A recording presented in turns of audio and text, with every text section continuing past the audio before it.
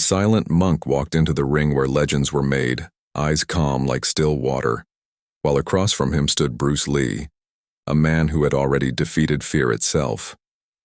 No crowd knew that this moment would erase everything they believed about strength, silence, and victory, because what followed wasn't a fight. It was something far beyond it. The story begins in a forgotten training courtyard hidden between mist-covered mountains, where warriors came not to prove themselves but to break themselves down into something purer than ego. Bruce Lee had arrived, there not as a student but as a storm contained in human form, already carrying the weight of undefeated battles and philosophies that bent the limits of the body. The monks did not greet him with admiration or resistance, only silence that felt heavier than stone. Among them was one figure who never spoke, never reacted, and never seemed to acknowledge presence or absence, as if he existed slightly outside, the rhythm of reality itself. Days passed, and Bruce observed everything. How the monks moved without urgency, how their strikes carried no anger, how even their breathing seemed coordinated with something unseen. Yet this silent monk remained different. He would stand at the edge of the courtyard for hours without shifting, as if listening to a language only emptiness understood. Bruce, known for breaking opponents with speed and precision, felt something unusual growing inside him. Not intimidation, but curiosity sharpened into discomfort.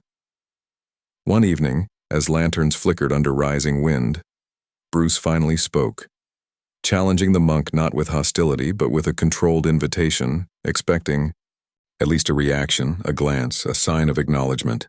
The monk did not respond. Instead, he stepped forward into the center space, drawing a circle in the sand with his foot, as if the challenge had already been accepted long before it was spoken aloud. The other monks retreated silently, forming a ring of stillness around them. Bruce adjusted his stance, analyzing distance, timing, breath, every variable he had ever mastered, yet none of it seemed to land properly in this moment. The monk simply stood, hands lowered, eyes half closed, not preparing for battle but dissolving into it. When Bruce initiated the first movement, it was not met with defense or counterattack in the way he expected. Instead, it felt like striking, water that refused to resist yet never allowed impact to settle. Each motion Bruce executed seemed to disappear before completion, as if the monk existed a fraction ahead of intention itself. The courtyard, once grounded in physical reality, began to feel like a shifting space where certainty failed to form, and Bruce, for the first time, could not predict what came next or even define what was already happening, while the silent monk remained unchanged, still, present, and unreadable as the air between them thickened with something neither victory nor defeat could contain. As the confrontation deepened, the courtyard no longer felt like a physical place but something suspended between thought and motion, where every breath carried weight beyond air itself.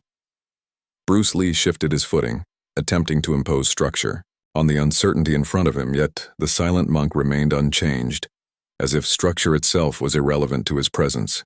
Bruce began to increase his pace, initiating combinations of strikes that had dismantled countless opponents before, each movement calculated, refined, and delivered with absolute control, but every attempt seemed to dissolve just before reaching completion.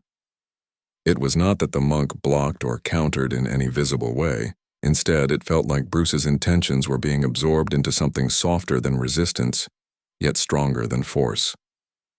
The air between them carried a strange distortion, where distance did not behave consistently, and timing seemed to slip out of alignment with reality. The monks watching from the edges did not react, their silence forming a collective presence that intensified the isolation within the circle.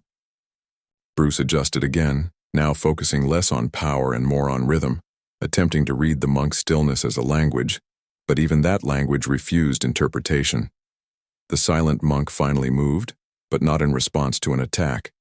It was a slow, deliberate step forward that carried no aggression, only inevitability. That single step disrupted Bruce's sense of spacing more than any strike could have, forcing him to recalibrate instinctively. For the first time, Bruce felt that his opponent was not reacting to him at all, but instead operating from a framework where reaction was unnecessary. He launched another sequence, faster this time, reducing hesitation to near zero, but the result remained the same. His movement seemed to vanish into proximity without consequence. The monk's presence felt less like a body and more like a condition of the space itself, as though the courtyard had adopted him rather than the other way around. Bruce's breathing grew sharper, not from exhaustion but from the growing realization that conventional combat logic was becoming irrelevant. Every feint he attempted was met with emptiness. Every angle he created dissolved before it could be completed, and even his timing, once flawless, began to feel slightly delayed against something that did not follow time in the same way. The monk raised one hand for the first time, not in defense or attack, but in a gesture that resembled neither invitation nor refusal, and in that moment, Bruce felt a shift that could not be measured in speed or strength, as if the boundary between action and intention had started to blur beyond recognition, leaving everything hovering just before understanding, just before clarity, just before anything could fully define what was unfolding between them in the center of that silent ring that kept expanding without moving outward the moment the silent monk raised his hand.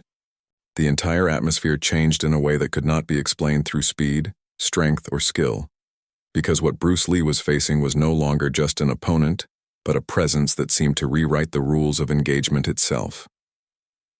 Bruce tightened his focus, trying to anchor himself back into familiar principles: distance, timing, interception. But every principle now felt slightly displaced, like trying to catch reflections in moving water. He launched forward with controlled aggression, aiming to break the stillness that unsettled him more than any attack ever had. Yet the monk did not meet him with resistance. Instead, there was a subtle redirection, so minimal it was almost invisible, causing Bruce's energy to pass through empty space while his balance adjusted instinctively without clear cause. It was not a technique he could recognize or categorize. It felt like his opponent was not fighting his movements, but gently removing the necessity for them to land. The courtyard seemed to tighten around the center where they stood, as if the world itself was narrowing attention onto a point where logic began to thin. Bruce attempted to vary his rhythm, breaking patterns, shifting angles, accelerating transitions, but each attempt dissolved before forming a conclusion. The silent monk's expression remained unchanged, neither focused nor unfocused, as if observation itself was unnecessary. Then came a moment where Bruce paused, not out of fatigue, but because for the first time his instincts found no clear path forward that made sense within the structure he understood. In that pause, the monk stepped closer again, and this time, the movement carried a sense of finality, not through force but through certainty. It was as though every possible outcome had already been accounted for before the action even began. Bruce felt something unfamiliar rising inside him. Not defeat, not frustration, but a deep recalibration of understanding, where victory and loss no longer held their usual meaning. The monks around the courtyard remained still, but their silence felt heavier, almost aware of the shift that was unfolding. Bruce tried one last precise interception, committing fully to timing and distance, yet the result once again bypassed expectation entirely, leaving him standing in a space that felt slightly misaligned with reality itself. The silent monk's hand lowered slowly, and in that motion there was no declaration of triumph, only the quiet suggestion that the encounter had already moved beyond the need for continuation, leaving Bruce in a state where everything he had trained to trust now hovered at the edge of irrelevance, suspended in a stillness that felt more powerful than any motion he had ever mastered.